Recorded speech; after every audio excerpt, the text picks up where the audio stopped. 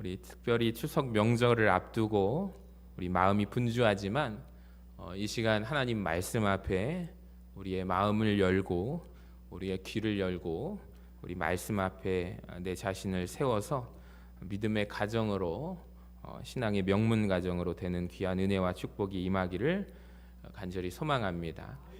성경을 보면 수많은 가정들의 이야기라고 말할 수가 있습니다. 하나님께서 주목하시는 한 가문이 있는데요. 그 가문이 무엇이냐면 오늘 본문에 나오는 아브라함과 이삭과 야곱 집안입니다. 우리 한번 따라해 볼까요? 아브라함과 이삭과 야곱.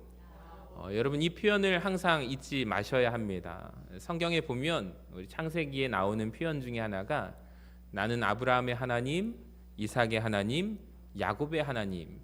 하나님 자신을 그렇게 소개하고 있기 때문입니다. 하나님이 이 가문에 얼마나 큰 관심이 많으신지 모릅니다. 그러니까 여러분이 성경을 제일 먼저 펼 때 창세기가 나오는데 창세기가 어찌 말하면 이 가문에 대한 이야기라는 것을 아십니까? 이름은 창세기라고 되어 있지만 한번 표를 보여주시면 창세기 1장과 2장은 천지 창조의 이야기고 3장부터 11장까지 인류에 대한 역사의 이야기고 그리고 그 다음부터 12장부터 50장까지 무려 이 한 가문에 대한 이야기를 담고 있습니다. 구체적으로 한번 볼까요? 12장 이후부터 보면 24장까지는 누구예요? 믿음의 조상 아브라함 이야기입니다. 25장, 26장은 누구예요? 그 아들 이삭에 관한 말씀이고 27장부터 36장까지는 야곱입니다. 그 다음에 야곱의 아들 37장부터 50장까지 요셉 이야기가 나옵니다.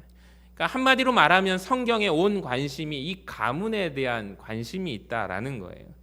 여러분 그래서 심지어 성경을 보면 오늘 본문에 보니까 하나님 자신을 나는 아브라함의 하나님, 이삭의 하나님, 야곱의 하나님이라고 말씀합니다. 참으로 놀랍죠. 여러분 성경 곳곳에 이런 표현이 얼마나 많이 나오는지 모릅니다. 신약 성경에도 나는 아브라함의 하나님이요 이삭의 하나님이요 야곱의 하나님이다 라고 말씀합니다. 여러분 한번 생각해 보세요. 예수를 믿지 않는 사람들, 세상 사람들이 가장 많이 알고 있는 이름을 조사해 보니까 그 이름이 뭔지 아십니까? 솔로몬이라는 이름입니다. 심지어 학원을 열 때도 솔로몬 수학학원이라든지 은행도 그렇죠. 저축은행도 있고. 그러니까 솔로몬은 지혜의 왕이라는 상징을 담겨져 있어요. 그렇다면 솔로몬의 아버지가 누구죠?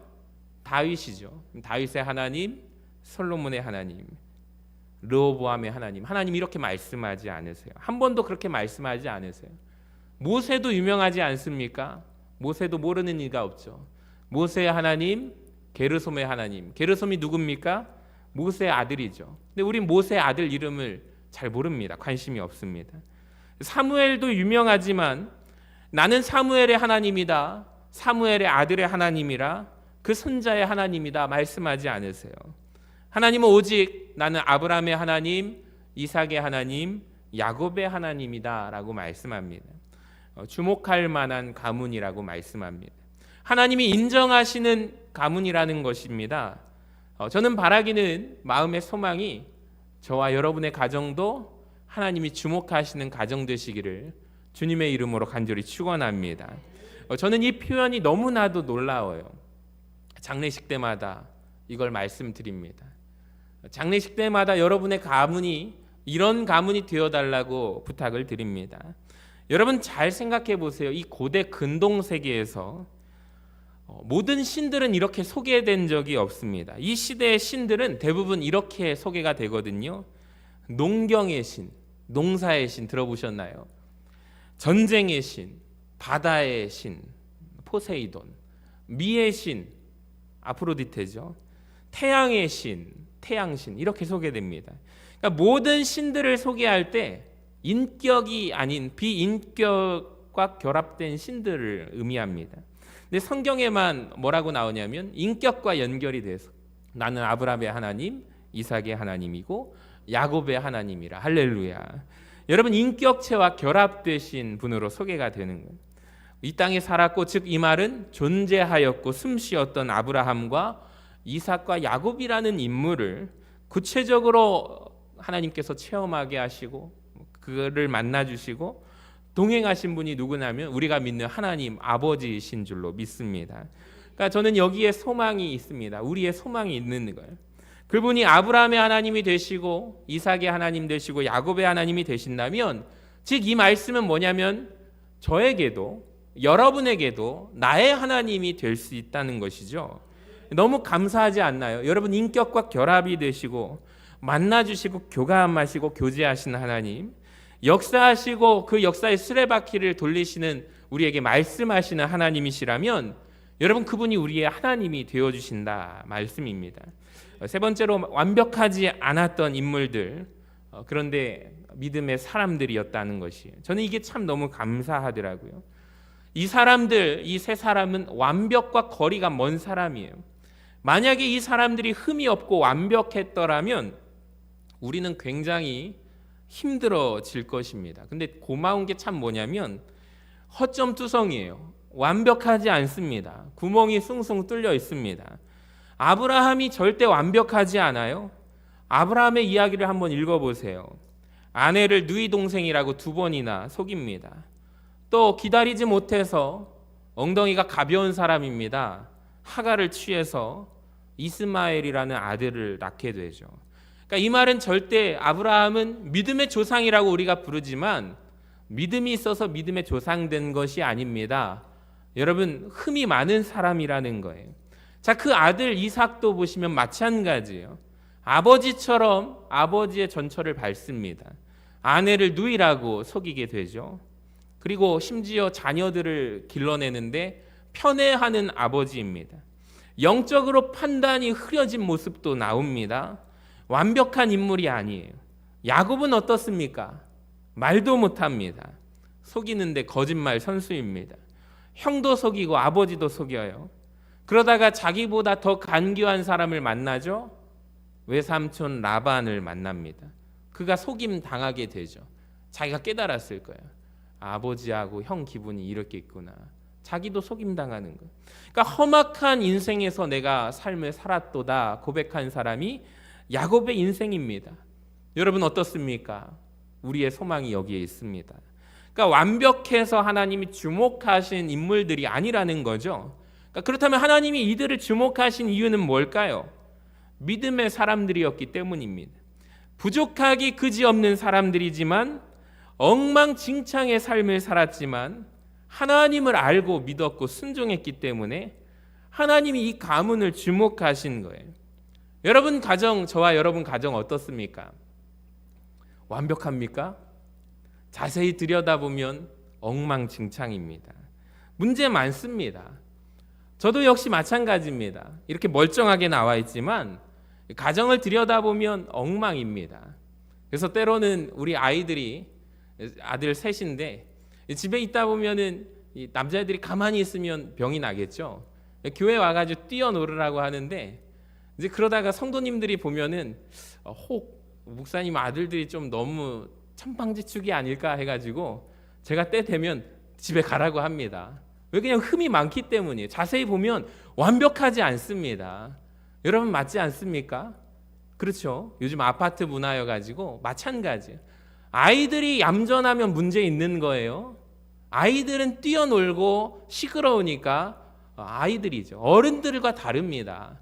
근데 그런 마음들이 우리 교회 안에 있고, 또 특별히 요즘에 아이들이 왜 이렇게 병이 납니까? 그랬더니 한국 사회는 아파트 문화라서 병이 납니다. 이 아이들이 어디 가서 뛰어놀 수가 없잖아요. 이게 각 가정이 가진 문제점이라는 거 아세요? 그래서 손주를 길러보면 요즘에 그러세요. 집 나가면 한번 나가는데 10만 원이다 그러더라고요. 저희 가정도 어떻게 하면 알뜰하게 돈 안 쓰고 하루를 보낼까라는 생각을 하면서 때로는 아이들을 운동장에, 그런데 요즘에 너무 뜨겁잖아요. 어디 갈 데가 없더라고요. 그게 이 시대 가지고 있는 고민입니다. 여러분 자세히 들여다보면 흠이 많아요. 자세히 들여다보면 완벽하지 않습니다. 우리가 속으면 안 됩니다. 오늘 우리도 여전히 이 아침에 명절을 맞이하기 전에 멀쩡하게 나와 있지만 엉망입니다. 근데 우리에게 소망이 있는 거예요. 할렐루야. 하나님은 우리의 믿음을 주목하시기 때문입니다. 자, 제가 한 사람 한 사람 살펴볼 텐데 오늘 세 사람을 다 다루면 여러분 한 11시쯤 집에 가실 것 같아서 제가 아이디어를 내서 하나님 어떻게 전해야 될까요? 그러다 오늘 또 남신도 주일이어서 1대, 2대, 3대를 다룰 때 오늘은 1부 예배 때 오신 분들은 아브라함과 이삭을 다루고 마치겠습니다.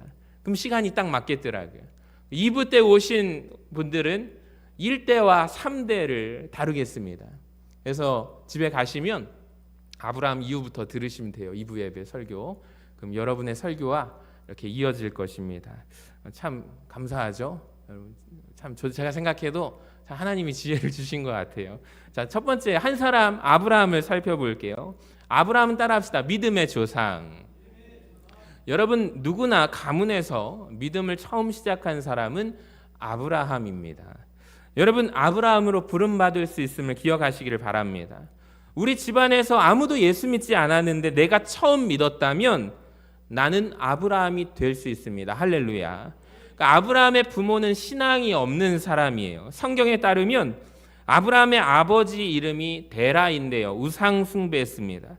여호수아 24장 2절에 보니까 정확하게 나와요. 같이 읽어볼까요? 시작. 아브라함의 아버지 나홀의 아버지 데라가 강 저쪽에 거주하여 다른 신들을 섬겼으나. 여러분 아브라함의 부모는 전혀 신앙이 없는 사람이에요.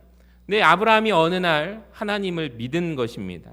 이 집안에서 처음으로 하나님 믿은 거예요. 왜 그랬을까요? 하나님 만났기 때문입니다. 창세기 12장에서 하나님은 그에게 이렇게 말씀하십니다. 잘 아시죠? 아브라함의 소명의 비전의 부분입니다. 너는 너의 고향과 친척과 아버지의 집을 떠나 내가 내게 보여줄 땅으로 가라. 아멘. 그러니까 이 말씀에 순종했더니 아브라함은 믿음의 조상이 되는 거예요. 여러분 그런데 이게 얼마나 어려운 일인 줄 아십니까? 오늘날과 같이 이민이 흔한 시대가 아닙니다. 이 당시는 시족 사회, 부족 사회입니다. 즉 나의 전부라는 말이죠. 근데 본토 친척 아비집을 떠나라, 우상 숭배하던 그 집안을 떠나라. 그런데 보여준 땅으로 가는 것도 아닙니다. 어떤 땅으로 가래요? 보여줄 땅으로 가래요. 그러니까 보여주어서 가는 것도 아닙니다.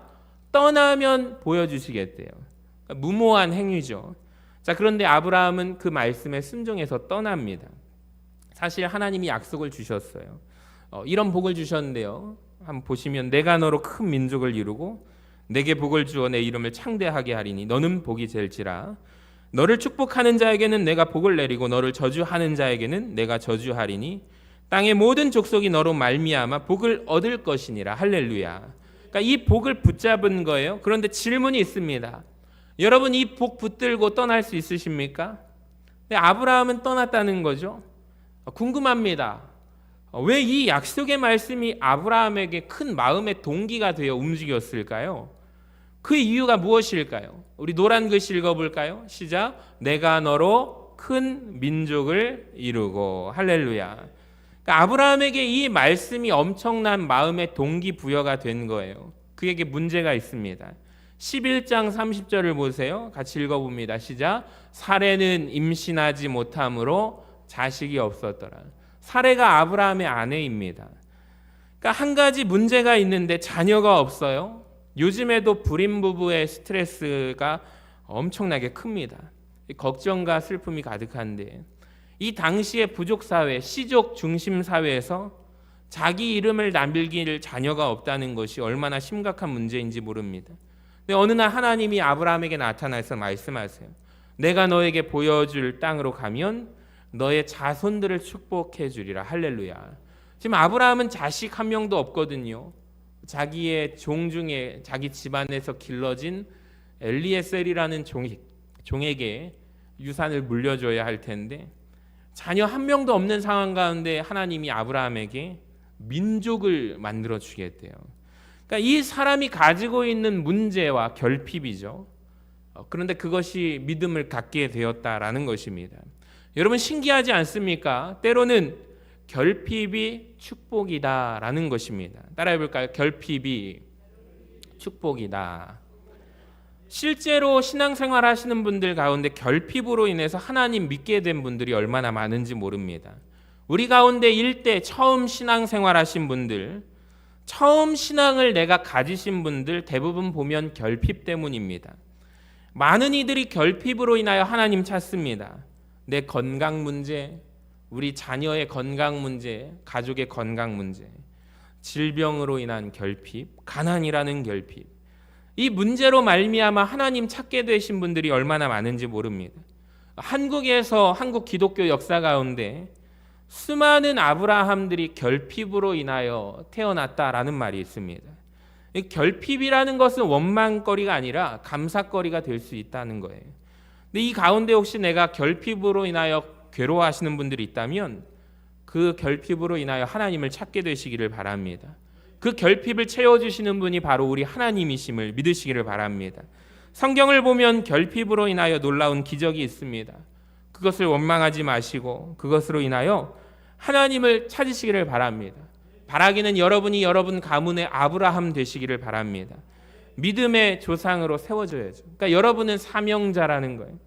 믿음의 가문을 시작할 사람이 필요합니다. 아브라함이 없는데 어떻게 믿음의 가문이 시작되겠어요? 아브라함 되시기를 바랍니다. 여러분의 믿음을 자녀 이삭에게 남겨주시기를 바랍니다. 그래서 그림에 보면 모리아산이 참 중요한 거예요. 아브라함의 아들을 이삭을 얻었는데 하나님께서 그 이삭을 번제단에 바치라라는 거예요.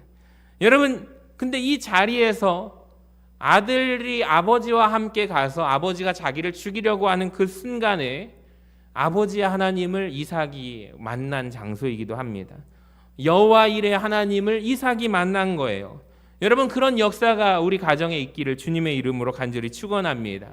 자, 두 번째, 저는 이삭에 대해서 이야기를 하겠습니다.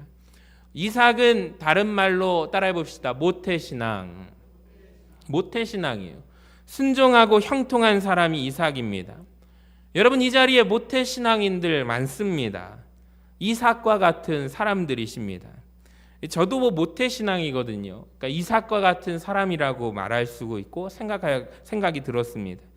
여러분, 모태신앙인들은 복받으신 분들입니다. 할렐루야. 근데 이삭은요, 순종의 사람이에요. 창세기 22장을 보면 아버지가 아까 전에 모리아산에서 자기를 바치려고 하는 순간에 아버지의 나이는 이미 100세가 훌쩍 넘은 나이입니다. 힘이 있을까요? 없을까요? 힘이 없어요. 근데 아들 이삭의 나이는 10대의 나이입니다. 얼마든지 반항할 수 있습니다. 그런데 그가 반항할까요? 반항하지 않아요. 순종합니다. 너무 신기하죠. 이삭은 순종했을 뿐인데 엄청난 형통의 복을 받습니다. 여러분, 이 가운데 모태신앙인들 있으시면 잘 들으시기 바랍니다. 여러분이 얼마나 복받은 자라는 것을 아십니까? 여러분은 순종만 하면 형통하게 되어 있습니다. 할렐루야. 왜 그럴까요? 바로 부모가 흘린 눈물의 기도가 있기 때문이에요. 근데 오늘 모태신앙인들의 문제가 뭘까요? 이것도 못해, 저것도 못해, 다 못해. 그래서 나는 모태신앙입니다. 할렐루야. 모태신앙인들의 고백이기도 해요. 그러니까 즉 이 말은 뭐냐면 이것도 못해, 저것도 못해. 즉 나는 순종 안 하겠다는 거예요. 복을 안 받겠다는 거죠. 이삭은 순종하고 형통합니다. 창세기 26장 12절을 보세요. 같이 한번 읽어봐요. 제가 참 좋아하는 말씀인데 시작. 이삭이 그 땅에서 농사하여 그 해에 100배나 얻었고 여호와께서 복을 주심으로 그 사람이 창대하고 왕성하여 마침내 거부가 되어 양과 소가 떼를 이루고 종이 심이 많음으로. 할렐루야. 성경 중에서 제일 큰 단어가 보세요. 창대하고 왕성하고 거부가 되는 축복. 이 한 구절에 다 들어있습니다. 이삭은 이런 사람입니다. 여러분, 이게 얼마나 놀라운 축복이냐면 형통의 축복입니다.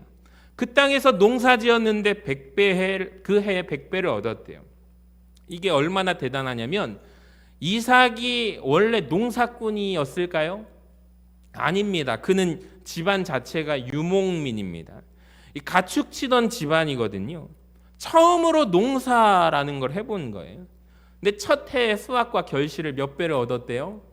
100배를 얻었다는 거예요. 다른 사람 같으면 첫 해에 농사를 지으면 시행착오가 반드시 있습니다. 실패합니다. 농사 잘 될 줄 알았더니 뭐라고 하냐면 농사 어렵네. 말처럼 안 되는구나. 첫 해에. 그런데 이 사람은 말도 안 되게 100배의 결실을 얻어요. 비결이 뭐냐면 농사 공부해서가 아닙니다. 주변 사람들에게 조언 얻어서도 아닙니다. 좋은 땅을 우연히 발견해서도 아닙니다. 성경은 선포합니다. 다시 한번 보여주세요. 노란 글씨 읽어볼까요? 시작. 여호와께서 복을 주심으로. 할렐루야. 초보자인데 농사 처음 지었는데 하나님께서 아브라함의 아들을 축복하셔서 하나님이 축복을 주심으로 순종한 그 아들에게 형통의 축복을 허락하셨습니다. 모태신앙인들은 형통할 수 있다니까요. 창대하고 왕성하고 거부가 되어 양과 소가 때를 이루는 종이 심히 많은 부유한 축복을 누릴 수가 있습니다. 그뿐만 아니라 우물을 파는데요. 우물을 파기만 하면 우물을 얻습니다. 여러분, 이 당시 중동에서 물 확보가 중요하거든요. 우물을 중심으로 마을이 생겨납니다. 우물이 있어야 생명이 살고 삶이 풍성해집니다. 자기도 살고 가축도 살아요. 마을이 형성된다니까요. 여러분, 근데 이삭은 파기만 하면 우물을 얻어요. 창세기 26장 19절을 보세요. 이삭의 종들이 골짜기를 파서 샘 근원을 얻습니다. 그랬더니 어떤 일이 일어나냐면 근처에서 목자들이 와서 시비를 걸어요. 싸우느냐? 아닙니다. 피합니다. 양보해요. 20절에 에색이라고 부르면서 양보합니다. 또 옆에 가서 땅을 팠더니 우물이 또 물이 나옵니다. 시비를 겁니다. 그래서 그 자리를 신나라고 부르고 또 피합니다. 옆에 가서 또 팠더니 또 물이 나옵니다. 이번에는 시비 걸지 않으니까 르호봇이라고 말하고 거기에 정착합니다. 얼마나 형통합니까? 가는 곳마다 우물 파면 성공의 복을 얻습니다. 저는 이 말씀을 묵상하다가 저 역시 신앙의 이대입니다. 모태신앙입니다. 저는 이삭과 같은 사람 같아요. 저 담임 목사 처음 합니다. 어제 말씀 준비하면서 돌아보니 제가 이삭과 같은 축복을 얻었구나라는 생각이 들었어요.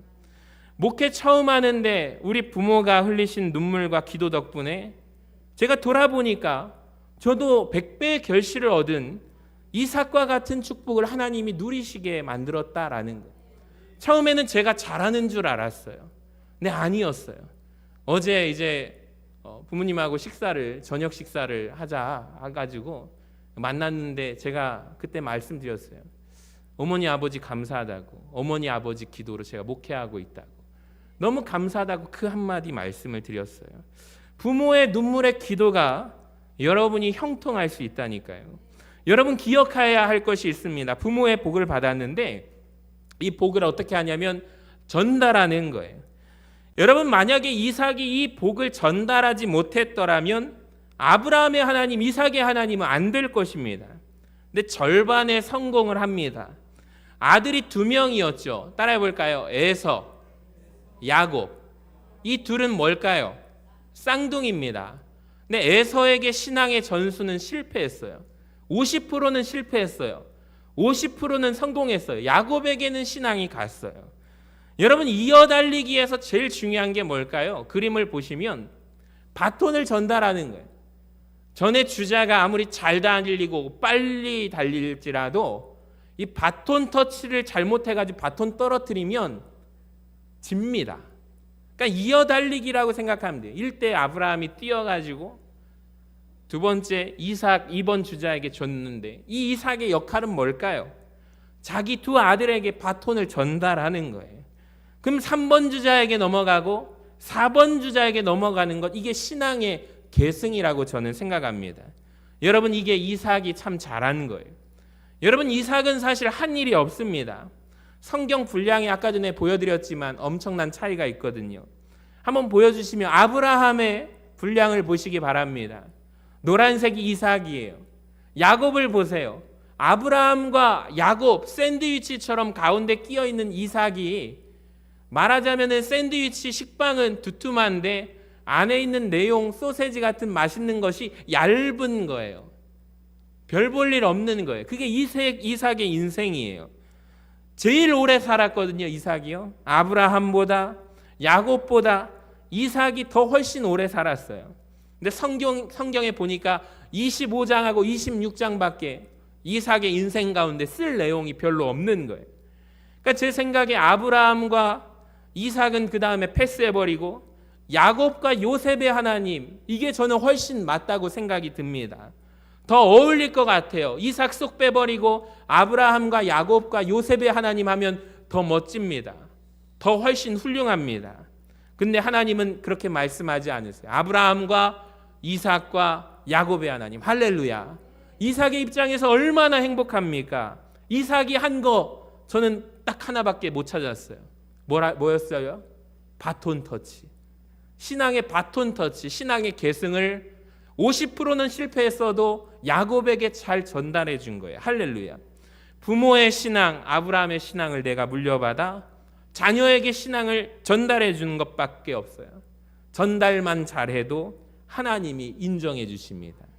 여러분, 아브라함처럼 내가 대단한 믿음 보이지 않을지라도, 야곱처럼 내 인생이 각박한 속에서 하나님, 인생 그런 인생, 여러분 내가 험악한 인생을 살지 않아도 여러분 모태신앙인들이 부모에게 전달받은 믿음의 유산을 잘 간직해서 여러분의 후손에게 잘 전달만 해줘도 하나님은 여러분의 하나님이 되심을 믿으시기를 바랍니다.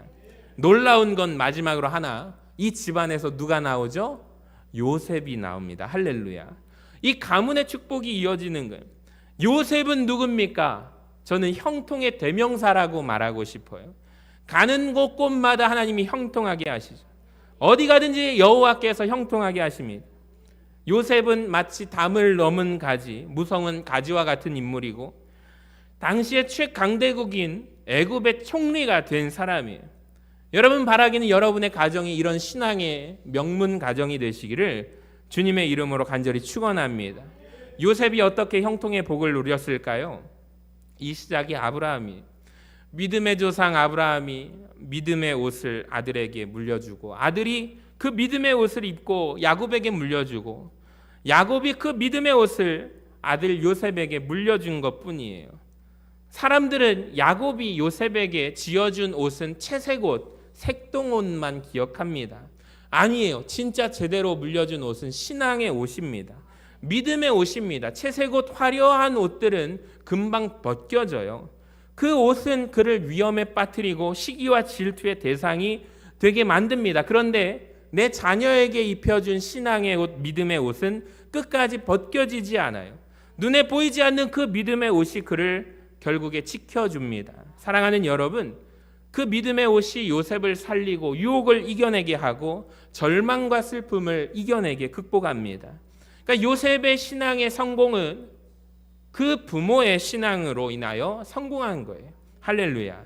여러분, 그 믿음의 시작이 누구라고요? 아브라함부터 시작했습니다. 여러분이 바로 아브라함 되시거나 이삭이 되셔서 여러분의 가정에 요셉과 같은 훌륭하고 형통한 우리 자녀손들이 많이 배출되기를 주님의 이름으로 간절히 축원합니다.